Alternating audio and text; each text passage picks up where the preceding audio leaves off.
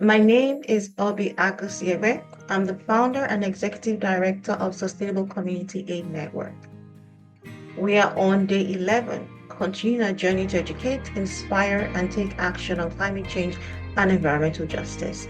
I want to use this opportunity to thank our online followers, thank our volunteers, thank our staff, thank our sponsors, for taking this journey with us in spreading the word and, creating awareness about climate change.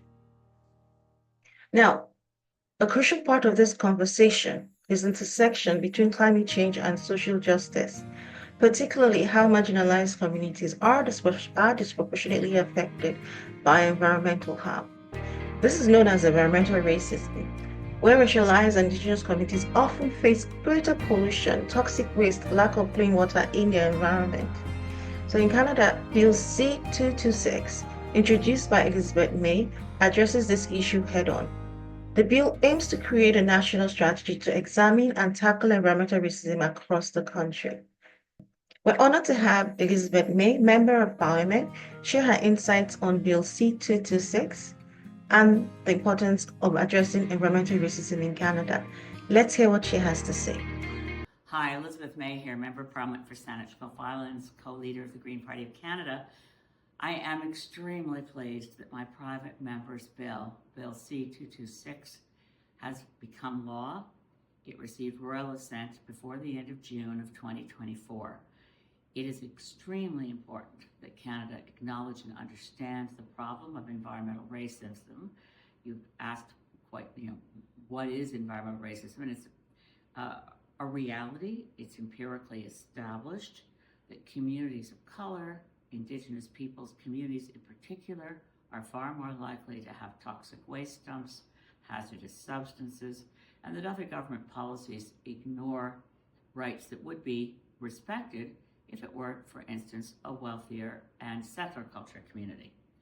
In my community of Saanich Gulf Islands that I'm honored to represent in Parliament, Indigenous peoples in my territory call it environmental racism that health officials shut down traditional shellfish harvesting without ever doing any testing as to whether the shellfish harvested would be safe for human consumption.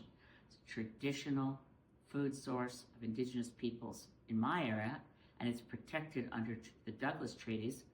Indigenous peoples have the right to harvest this without any health testing ever, not just recent health testing, no health testing ever. Traditional harvesting of shellfish throughout the Saanich territory has been prohibited because they say, probably not safe, but we don't have time to test. That's environmental racism.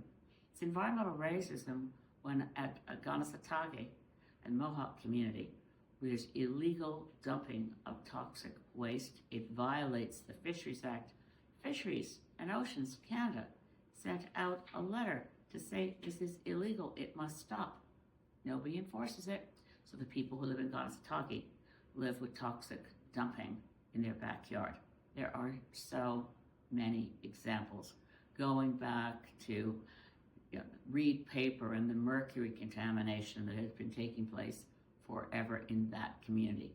There are so many examples. Now in the United States, unfortunately, Donald Trump has just canceled all the work that was put in place decades ago to have an environmental justice program within the U.S. Environmental Protection Agency.